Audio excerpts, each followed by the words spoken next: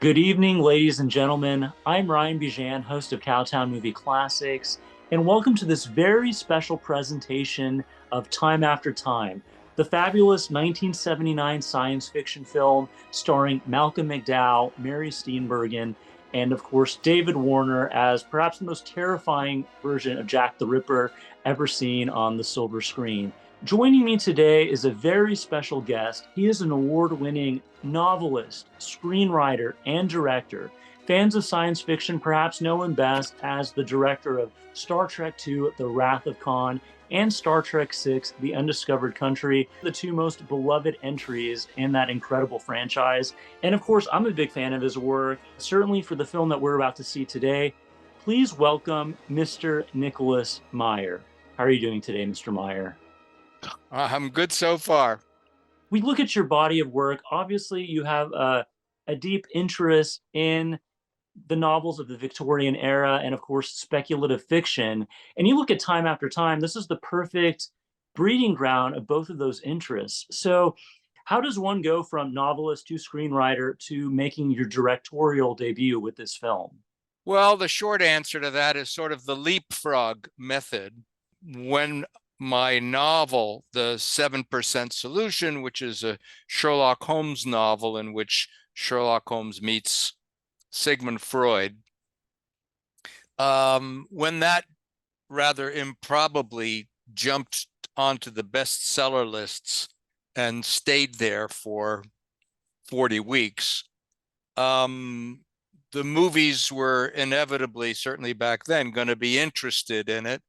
And I said, well, I'll sell the rights, but I have to write the screenplay. So they said, sure.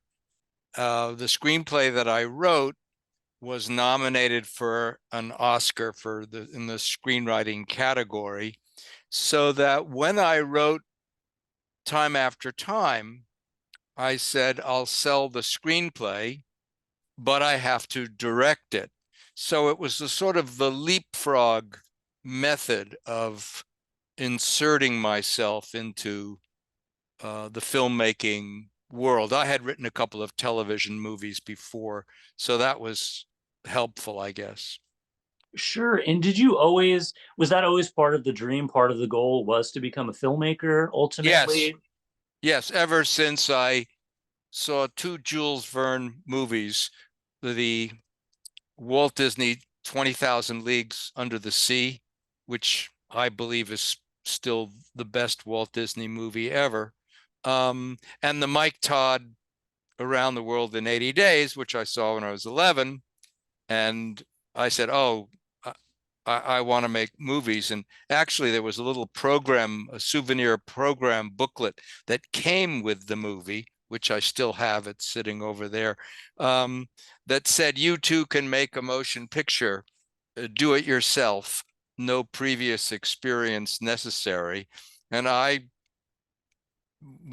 took that to heart and said, okay, and the movie I wanted to make, of course, was the movie I had just seen. Certainly. Well, you can definitely see the DNA of both of those films. Here you are dealing with the other great author of science fiction, H.G. Wells. I didn't invent the plot of the movie Time After Time.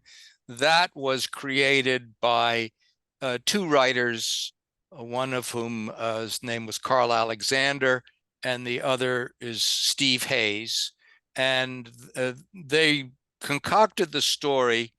Carl wrote a novel, or was beginning to write a novel based on their story. And he contacted me. I had known him at the University of Iowa, where he was in the playwriting workshop. And so he asked if I would read the 65 pages of his proposed novel and tell him what I thought. So I did. And I never would have thought up H.G. Wells and Jack the Ripper in a million years. But I also realized, at least as far as I was concerned, that it was essentially a visual idea rather than a literary one, that these two guys in Victorian outfits running around San Francisco would be an inexpensive movie, because it would all be set in the present day and only the outfits would be from the past, and the whole sci-fi element would be something that's in the audience's head because they'd be seeing it all through the perspective of these two Victorian guys. And that I felt was a movie that they'd let me direct because it wouldn't be expensive. And that turned out to be the case. So I optioned Carl's unfinished novel, wrote the version of the movie that I wanted to see or make, and then took that and a reputable producer, Herb Jaffe. We went to Warner Brothers and they said yes. And that's how I got to direct the movie. So, what was the pitching process like? Did you take it to a few other producers and studios first, or was it a pretty easy process getting Warner Brothers interested? Well, two studios said yes at the same time, Warner Brothers and Orion. So they split it. Oh, It wow. was it was financed by these two studios. Um, and I only showed it to one producer, a wonderful man who sort of became my West Coast father, Herb Jaffe, and his son Stephen Charles, who produced the movie. And Stephen and I have been partners ever since. And so it was relatively, compared to what you have to go through now to make a movie, this was pretty simple. This was not rocket science for sure. Oh, certainly. So this is a film. I think it's a very warm film. It's a very romantic film, but it also does have a true sense of urgency and suspense when the story calls for it. If there's anyone in the audience who's never seen Time After Time, what do they have to look forward to? How would you kind of set the tone? Prefacing this by saying that artists are not the best judges of their own work. It seems to me that Time After Time is 5 movies packaged as one. It's science fiction. It's a thriller. It's a romance. It's a comedy. And it is a rather mordant social commentary. And somehow the elasticity of the plot, of the premise, allows for all these things to be happening simultaneously. This does not, to my way of thinking, happen often in movies. There's a movie out now that is slightly mind-boggling called Amelia Perez. And if you get a chance to see Amelia Perez, you'll want to rescrew your head on at the end of it. But Time After Time revolves prismatically between what thrills, what makes you laugh, what makes you drop your jaw at the spectacle, or even consider the world in which we live, which it's also asking you to do, and you're also caught up in the romance as well. Absolutely. Well, Mr. Meyer, thank you so much for your time. If you're in the audience, please stick around after the movie so you can hear the rest of our conversation. Without further ado, from 1979, Time After Time. To me, this is still an incredible film. Like I said, it really hits all those emotional beats, anything you want to see in a film. And it's like a souffle, but all the ingredients go together really well. Movies are like souffles. They either rise or they don't, and it's very unpredictable whether a movie will work, the souffle will rise or not. Time After Time does work. I think its longevity attests to that fact. But as to how or why it works, all bets are off, and people will have their own ideas. Well, it's certainly an influential film, especially I think this was the first movie to deal with time, not only time travel, but to really place the emphasis on the romance, on the fish out of water aspects, which, of course, there was a wonderful film in 1960 of H.G. Wells' The Time Machine, Planet of the Apes. All wonderful films for what they are, but I do think the emphasis on romance in this particular story, you can see the DNA of that in movies like The Terminator, Highlander. Even to this day, they're still kind of taking that emphasis on the romance and making it the crux of this time travel adventure. Isn't there's a George Pal movie of the Time Machine, Yes. for sure. And I suppose there is a sort of romance between the time travelers played by Rod Taylor and is it Yvette Mimieux Correct. Yes. as Weena, I think her Mhm. name is. Um,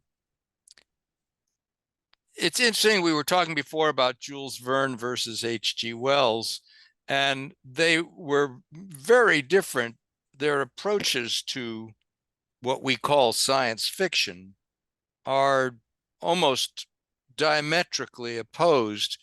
Uh, Verne emphasized the science, and Wells sort of emphasized the fiction.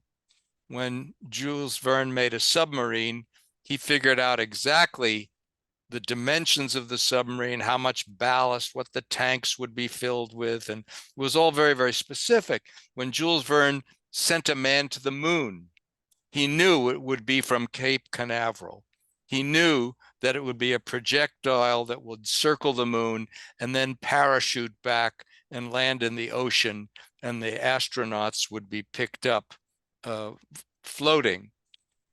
H.G. Wells had no interest in any of that. He just invented an anti-gravity substance called cavorite. And once you stepped onto cavorite, you just floated up because there was no more gravity. So that their approach to these things was very, very different. Hmm. Well, there's even the rules of time travel. I mean, it's such an abstract concept even now. And look, I'm not a scientist. I can't really wrap my mind about it. But it seems like every film or book about time travel, it seems like the rules are always a little bit different.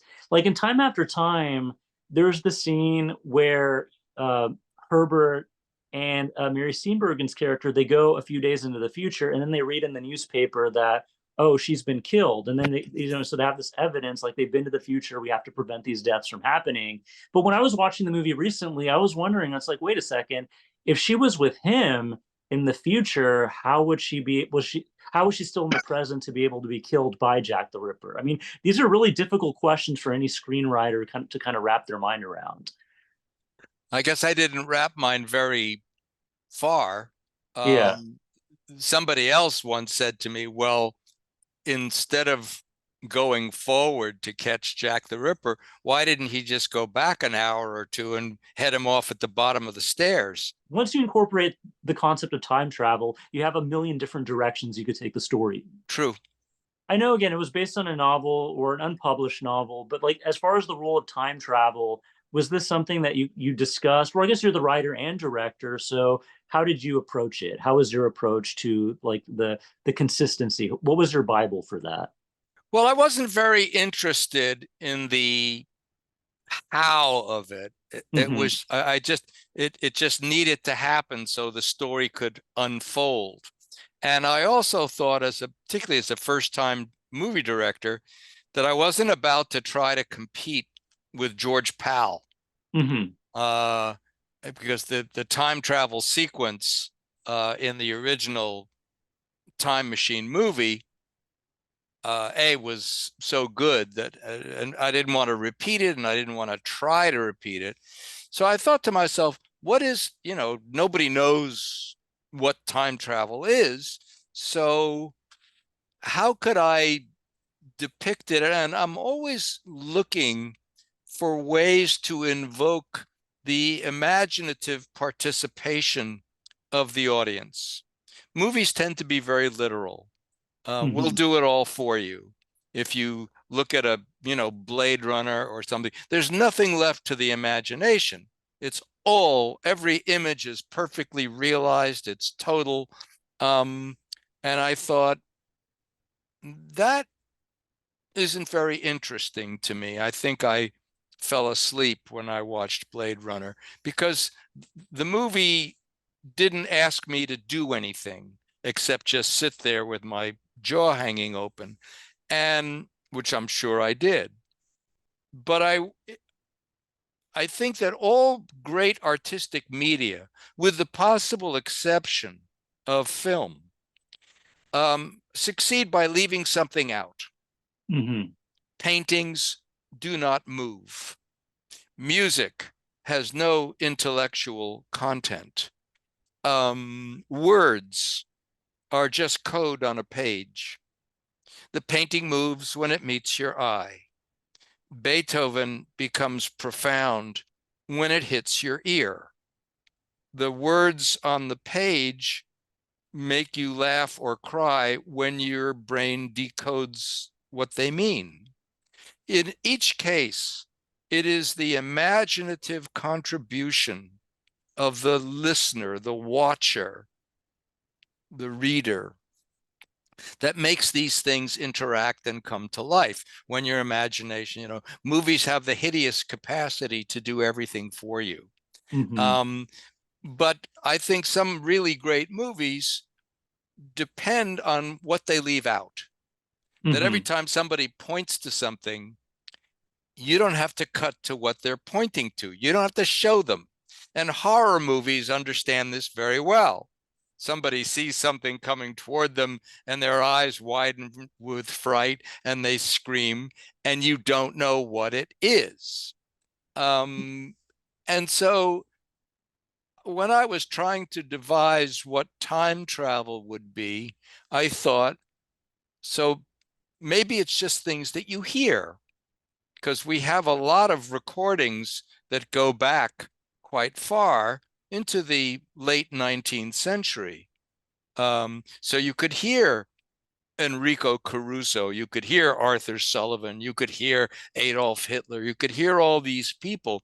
So I thought, if I could turn the movie theater very briefly, 1 minute, into a radio, because I love radio. Radio is all about imagination, everything. And imagination doesn't have to be trained. It's automatic.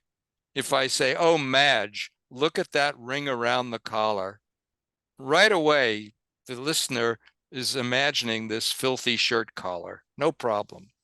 Um, so I thought, what I want is some sense of forward motion, which could be achieved with some version of colored lights coming at you, while at the same time you're hearing the clip clop of horses, or the voice of Enrico Caruso, or other old timey sounds going up through the 20th century, of which there's no shortage of recorded sound for that period, because the story, I think, starts in about 1893, if I'm correct. I can't remember, but something like that, when there were recordings.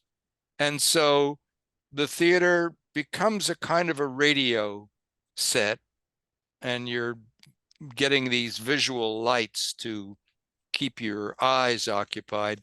But meanwhile, it's your ears that are working overtime, trying to decide, oh, were those the Andrews sisters? Oh, is that Richard Nixon? And so forth. Um, so that's how I approached time travel, because I I didn't know how to compete with George Pal and not look stupid by comparison, and B, because I just needed to try to find another way to do it. Um, and given that I was also a first time director. Well, I think that's why the film holds up so well, is because those visual effects, special effects components, obviously they're very important to the story, but we don't linger on them. So we see and hear just enough to, again, you're letting the audience kind of fill in the blanks, and there's nothing that takes you out of the film. You're just along for the ride. Correct. Correct. Yeah. And the Sure. and the rest is the rest of everything they see in modern day San Francisco, and modern day was 1979. Now it's many, many years ago. So if one were to remake it today, Wells would be absolutely mystified by all the people talking to themselves on the street. Hmm. He would think, oh, these are all crazy people, whereas we would understand, oh, they're all on their phones. So Hmm. they're not talking to themselves, they're talking to somebody else, but that's not how it reads to a stranger. Right. And It's we're not even talking to other people, and we're holding this little object up to our face and just, staring at a screen. playing games with it or whatever. Yeah, Yeah. absolutely. Well, you bring up another interesting point. So I mentioned earlier the film has an amazing cast. It's Malcolm McDowell, Mary Steenburgen, David Warner. But the other main character of the film is the city of San Francisco. Now, was this established in the original novel that you read, or was this your idea to set it in San Francisco? No, the original novel was, in fact, set in San Francisco. Um, I'm from New York.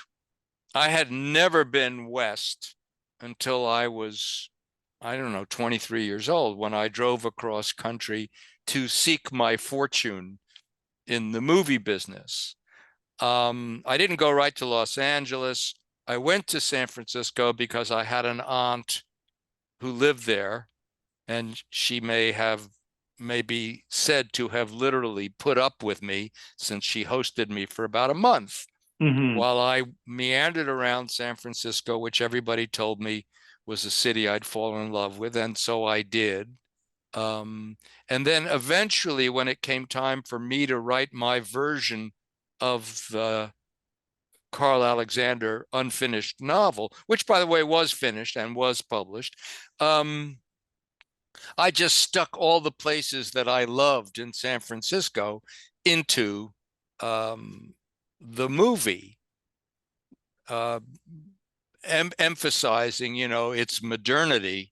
I could have emphasized its Victorian qualities, and Wells might have felt much more at home. But I thought it was more fun to emphasize all the differences. So the Hyatt Regency on Drum Street, which by the way is an H.G. Wells hotel, because Don, I think his name was Portman.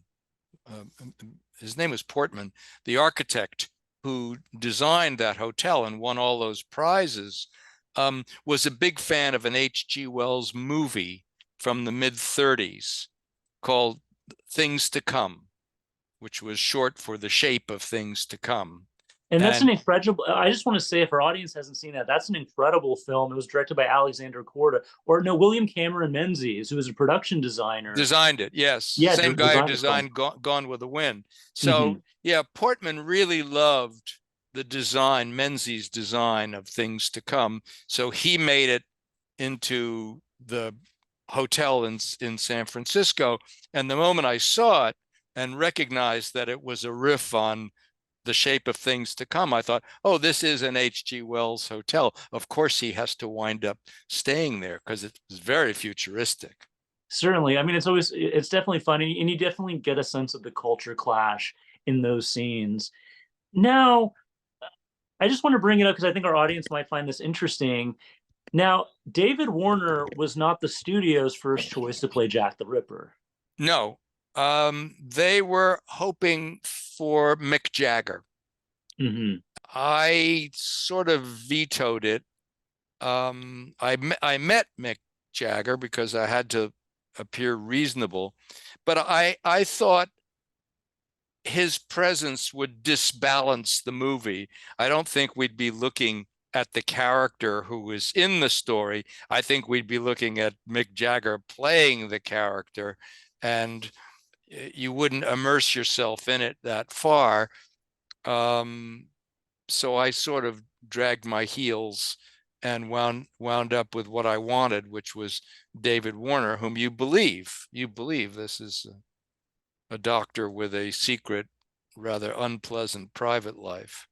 And he was an incredible actor. I was always a big fan. Like, I love the classic Hammer, Amicus horror films, and he's really great in the movie from Beyond the Grave. He's in a segment where he purchases a haunted mirror that forces him to go out and do evil things. And I guess it's not unlike a Jack the Ripper character in that either. Well, that I'm pleased and proud to say I didn't know beforehand. I remembered him as Mr. Blifil in Tom Jones. Right. Yeah. That's, and also he was a very famous post-war Hamlet. Hmm. He was the Carnaby Street Hamlet. Hmm. So yeah, that's what I wanted. Well, he's got such a great voice, and of course, Malcolm McDowell. He's very lovable, very sympathetic in this film, which is sort of unusual to a lot of the other roles he's usually typecast as. Yes, when I suggested him, they said, but he is always the baddie. And I said, well, that's what's going to make this one different, and that's called acting. Hmm. So Oh, they went, acting, okay, all right. And so that's how I got him. I remember reading in another interview, and this seems to be a common story when we think about a lot of the great classic films. You said the film, it's like a souffle. It either rises or falls, and it's hard to quantify what makes a movie a success or not. My understanding was when you had shown the first rough cut to the studio or the cast members, you weren't confident that you had a good movie on your hands. Is that correct? Oh, nobody knows what the movie is at the beginning. What I do know is that the studio expressed very little interest or happiness with the movie. The word got back to me, that's the one they hate. Oh man. Um, so they didn't like it until the first preview. And at the first preview, the audience went berserk, and it scored the highest of any preview movie in their previous 3 years. So suddenly, as my dad said, they had all the courage of the audience's convictions.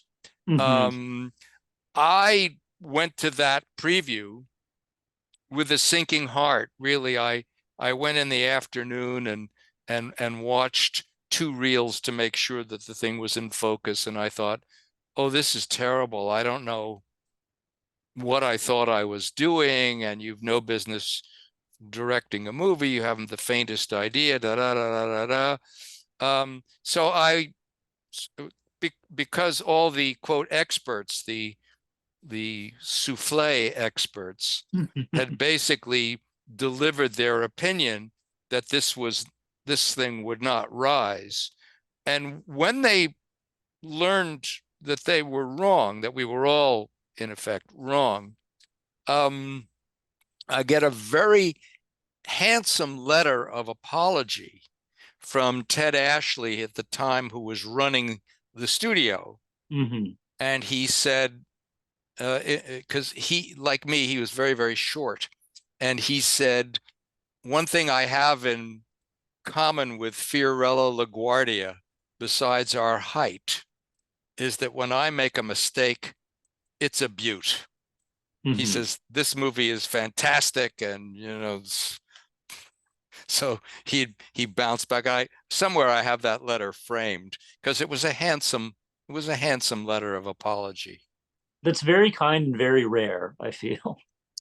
Well, I wrote a memoir about my experiences in Hollywood. It's called The View from the Bridge: Memories of Star Trek and a Life in Hollywood.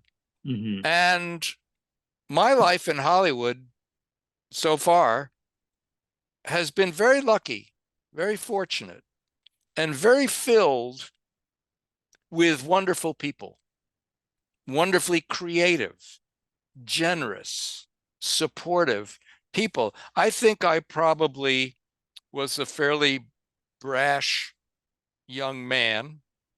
I say this because I'm probably a very brash old man. Um, and a lot of people, instead of saying, who is this jerk? Get him out of my hair, gave me more than once enough rope to hang myself, enough benefit of the doubt, enough second chances, and so forth. And my memoir is not a scorekeeping memoir. It's a memoir about somebody who was very fortunate. Somebody recommended a general to Napoleon and said, "This guy's a very good general." And Napoleon said, "I know he's good, but is he lucky?" And I think I have been extremely lucky. I don't know what's going to happen. I could have heart failure while we're talking. But so far, as the guy who jumped off the Empire State Building and past the 54th floor said, so good. So far, Mhm. so good. Well, you certainly had an incredible career, and since we're I still on think the I like to think I'm still having it. Yeah. oh, no, you still have. I mean, yeah, you're certainly you're living the dream. But what I wanted to say, you were so fortunate for your directorial debut, the quality of behind the scenes talent that you're working with. Now, I have to mention this. One of my top five favorite movies is William Wyler's Ben-Hur. It's an incredible film, an incredible experience. In here, you're working with the production designer, Edward Carfagno, and that amazing score by Miklos Rocha. I just feel like that had to get a shout out. Well, you should. These gents aren't alive anymore.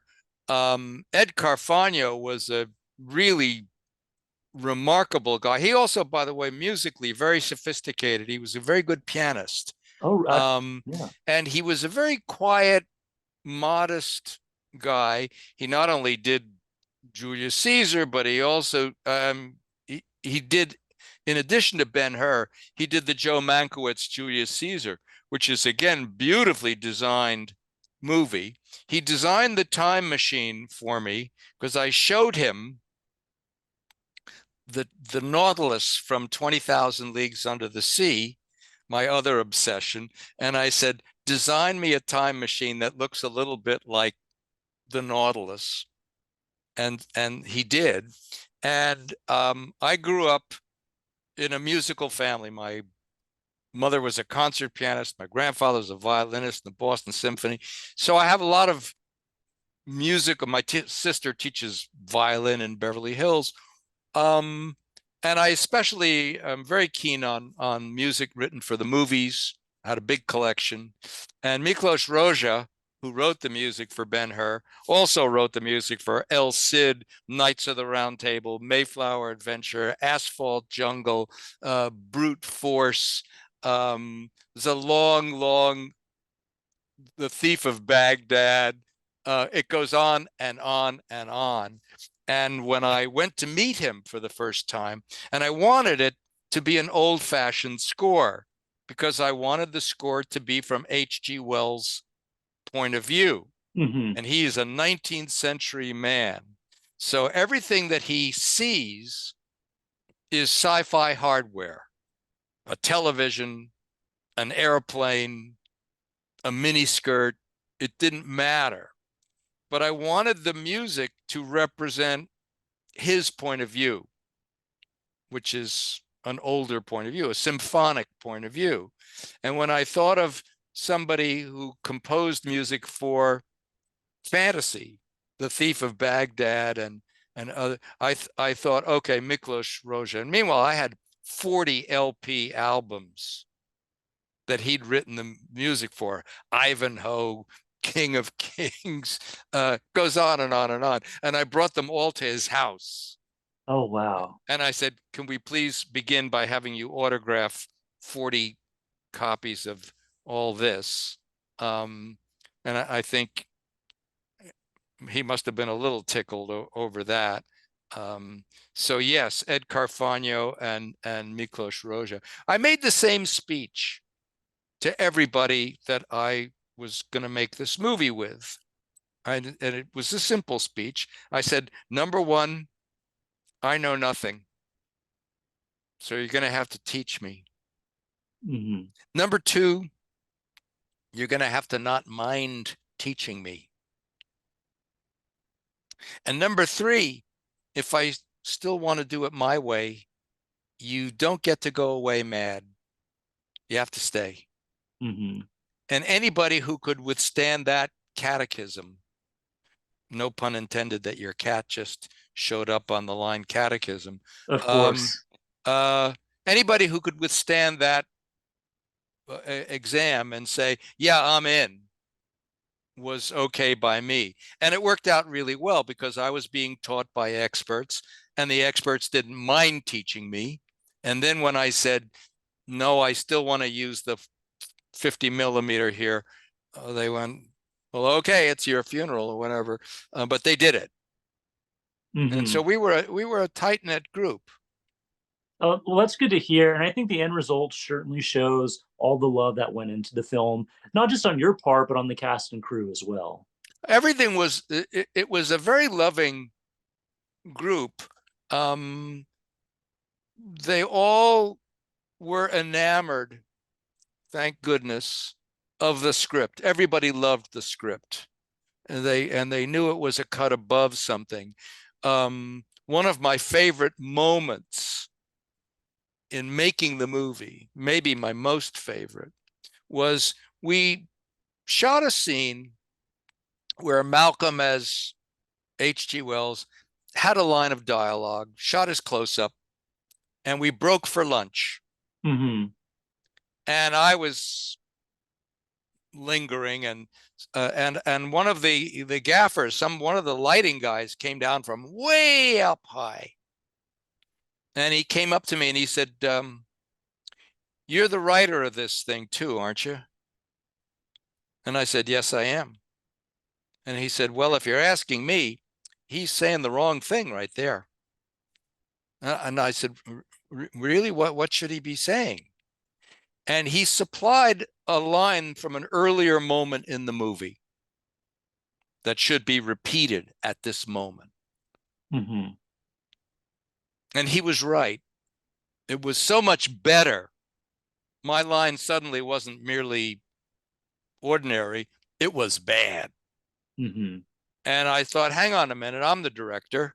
We're going to come back and shoot this guy's line. And it's a great moment in the movie. It's a big improvement. And what I loved about it was this man was interested enough in what was going on making this movie to come down and offer his improvement, his suggestion. B, that he felt comfortable enough to speak and wasn't worried that I was going to fire him on the spot, Mm-hmm. which some directors obviously I think would have done. And C, when the rest of the crew learned that I was receptive, then I got a lot of suggestions. And it wasn't just about, you Yeah. know, things that were their department, but just contributing to this. It became a much more European movie at that point, where prop guys said, well, what if we did this and so on? And I reserved the right to say no. I don't want to do it. And I didn't want to hear it while we were rolling. But it became a much more collegial, collaborative experience. It used to be, if you're watching dailies and you say to the costume designer, how'd you like the scene? And they say, well, all the seams were perfect. And I'm thinking, no, I'm not asking you about the costumes. I'm not asking you about your bailiwick. I'm asking, what did you think of the scene? And once we got to that point, then the movie really started to pop, because people were being challenged creatively and not just in their own fiefdom. And Mm-hmm. I was very happy about that. It was a very happy experience making that movie. It was happy right up until I found out that Warner Brothers hated it. But up until then, I was having a great time. Well, that's good to hear. And even though Warner Brothers wasn't a fan of it initially, that test audience loved it. What do you remember about the overall reception for the film when it came out theatrically? Well, what happened was they went from not believing in it at all to over believing in it, because 2 days later, after this LA preview, we were at the Toronto Film Festival for an audience that was 3 times the size, and not an industry audience where half of them are kind of, hoping it isn't too good. This was in Toronto. We went through the roof. and we had already gone through the roof in LA. So then they became so overconfident that they booked the thing into like a gazillion theaters. And we Hmm. didn't really have any movie stars. David Warner and Malcolm, not really, and Mary Steenburgen had been in one other movie. So they overbooked it. And it made money, it performed, but it was never the mega hit that they had now convinced themselves it was going to be. And what it really needed was time to build, was to show it in half the number of theaters and just hold it for a few days so word could get out. But and this was before the internet, so where a movie is made before it's even finished running, people are saying it's a dog or it's wonderful or whatever. So they went from underconfidence to overconfidence. Hmm. But is it a film? Did the reputation end up growing on television and Oh, home video sure. later on? Yeah, it's grown over the years. It's grown Mhm. over the years, for sure. Yeah, and I that's what hear we're. about it, and at one Yeah. point it became a terrible television series from which participation I was completely excluded. Um, and it ran for, I don't know, 2 episodes or something, but it was ghastly. Hmm. Which is unfortunate because I do think it's still such a brilliant concept. I think they should leave the movie alone, but if you wanted to take it in a different direction or maybe explore it in some kind of reimagining, I think there's still a lot of good material there. I would agree with you. In fact, I was involved prior to this ill-fated version. I was involved in trying to make it into a television series as well. Hmm. And for various reasons that didn't happen. But we had a much better script, a much better pilot. But we took too long and Hmm. people lost interest. Which is unfortunate, but the movie is still beloved. We're still talking about it to this day. Now, I'm going to change gears a little bit. There are very few, let's say, authors or creatives that I know of who are as devoted fans of Sir Arthur Conan Doyle and his works as you are, sir. So you're obviously a big Sherlock Holmes fan, and that's evident in Time After Time. You were able to get those references and Easter eggs in there too. He even claims that he's Sherlock Holmes Of at one course, point. yeah. Yeah, and then even the Deerstalker cap at the beginning, I thought that was a lot of fun. I believe it was in August, your latest book, Sherlock Holmes and the Telegram from Hell, has just been released. And that is such an awesome cover too, as I'm trying well. to figure out if the cover is registering or not. It's kind of it's bleeding in and out, but I can put an image of it on there for the audience to see. Okay, that may be better. For fans of your novels, what do they have to look forward to in this one? Well, Sherlock Holmes and the Telegram from Hell is a novel, like all the Holmes books of mine anyway. They are narrated by Holmes's friend and chronicler, Dr. Watson. And this novel is set during World War I, 1916. And if you are a diehard Holmes fan, and I'm not talking about the movies, I don't really care for the movies, but if you like the Arthur Conan Doyle original stories, then we learn that in the run up to World War I, 1912, 1913, running up to 1914 when the war broke out, Holmes was actually working undercover as an agent of the Crown in the United States as an Irish sympathizer by the name of Gideon Altamont. And he was trying to infiltrate the Irish American population, which was very eager for Irish independence, which they eventually obtained. Um, and so that when World War I breaks out, August 1914, is when the last Conan Doyle story, his last bow, takes place. And that's where we learn that Holmes has been in America for the previous 2 years. So I used the last bow as my sort of jumping off point for this narrative. And the telegram from hell is a real telegram. It looks, again, I don't know if you can see it. I don't know how to make you see it. Oh, it's drifting in and out, but I can go ahead. I can add that image and put it in separately. Okay, I It's see a, it there. Yeah. it's a real telegram, and it was sent. It's the telegram that brought America into World War One. Mm-hmm. And it was sent by German Foreign Minister Zimmermann via the German embassy in Washington, D.C.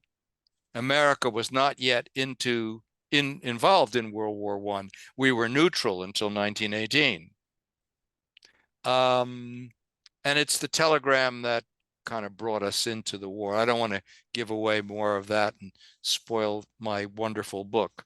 But yes, that's the novel. And I just finished a 13-city tour. I would have gone to Houston or Dallas if any arrangements had been made, but I did go from Los Angeles to New Orleans to Boston to New York to Washington to Indianapolis to Iowa City to Chicago to Minneapolis, back to Los Angeles, then to San Francisco, Phoenix, Santa Fe, San Francisco, and back to LA. So it was a month on the road. Oh, wow. I imagine that's pretty exhausting, but hopefully you'll have time to recover and we'll bring you back to Texas in style. It's fine by me. So, for this particular installment, I know obviously your books are set within the canon of the world of Sir Arthur Conan Doyle. Do you have to read any of the previous installments or the standalone adventures? Do you have any recommendations for people who are interested in getting into The Telegram from Hell? Well, the telegram from hell, the return of the Pharaoh, the adventure of the peculiar protocols, the canary trainer, the West End horror, the 7% solution. These are all my Sherlock Holmes novels. They are inspired by and continuations of what Arthur Conan Doyle created with Holmes and Watson. And there are 60 of those stories, Mm-hmm. 56 short stories, and 4 novellas. And I'm very much a purist. I don't like seeing Watson portrayed as a dummy because I never understand why a genius hangs out with a jerk. It didn't make Right. any sense to me. So Basil Rathbone and Nigel Bruce, you can take them, you can keep them. It's not my cup of tea. Mm-hmm. I like the real deal. And in my now, I think when the next one comes out, which is Sherlock Holmes and the Real Thing, I think there's 7 of them. I think I've written 7. That's Mm-hmm. probably the last one. But I try to be like Doyle, not like Hollywood. There have been some Holmes movies that I've liked. I like the Peter Cushing Hound of the Baskervilles. I thought that was pretty good. I love that. Andre Morel is great as Watson. I think he Yes, was a the very good, first. Yeah. very good Watson. A very good Watson. I like the first 2 seasons of Sherlock, the Benedict Cumberbatch. Though I thought that was very clever, Mm-hmm. and I like those a lot. Um, and I like the funny one, Without a Clue, where Watson is the smart one and Holmes is the dummy. I thought that Mm-hmm. was hilarious. I like the Billy Wilder Private Life. But basically, if I want to, if I want to, shoot up with the real thing, I'm going to read Arthur Conan Doyle every time. Mm-hmm. Well, I'm curious too. Obviously the 7% solution, the film seemed to be pretty well regarded. Have there Oh, been it's any other offers from Hollywood about adapting any of the other novels? well, when Universal bought the 7% solution, they also bought the West End horror, which they own, Mm-hmm. but they never, so far, have never um, made a film of it or a television series. God knows at this point, if you corralled all the rights to all my books, you'd have a whole bunch of Sherlock Holmes adventures that you could make. The West End horror is a pretty good one. It's ultimately it's about a pandemic, and it came Hmm. out in like 1976, so it was a very prescient novel. I guess that they could be made into movies, they could be made into television series, and maybe if I live long enough, that'll happen. But they're not souped up. They're not jazzed up to be now. It's not the Guy Ritchie Yeah. Sherlock Holmes. It is what it is. It's back in that era and meant to feel like it's back in that era. Hmm. Well, you've certainly done an incredible job keeping the character alive and making these stories feel fresh and compelling. Thank you. I have been credited with three things in my life. One is bringing Sherlock Holmes back to life, bringing Star Trek back to life, and also making a movie about nuclear war the day after, Hmm. which sent Ronald Reagan to Reykjavik to sign the intermediate range Oh missile my. treaty with Gorbachev, which is the only treaty, as Dan Ellsberg explained to me, that ever resulted in the physical dismantling of nuclear weapons. Of course, Hmm. now the pussy grabber in chief has walked out of that treaty, so I guess Yeah. we're on the precipice again. Well, you've been involved with so many wonderful films, novels, screenplays. I mean, I could be here all day. I would love to talk about The Deceivers. I mean, so many great films you've been a part of. Oh, thank you for inviting me. I had a good time talking about me. Of course. Well, do you have any closing thoughts on the film or your work? Well, I have a website, and the website, which I think is nicholas-meyer.com, and the thing about the website is that I call myself a storyteller. Hmm. It doesn't say novelist, it doesn't say director, it doesn't say screenwriter. It just says storyteller. And somebody said, well, what's your definition of a good story? Because I don't care whether it's in the past or it's in the present or it's in the future. I don't care if it's funny. I don't care if it's sad. I don't care about any of those things. I just want it to be a good story. And somebody said, well, what's your definition of a good story? And I thought about it. I said, as a good story, as I define it, is a story that once you've heard it, you understand why I wanted to tell it to you. And you go, Hmm. wow, that's a good story. And I think, to take it one step further, that stories are probably good for you. I don't know why they're good for you, but I think they are. Um, and so those are my parting alleged thoughts. All right, Mr. Nicholas Meyer, once again, thank you so much for your time.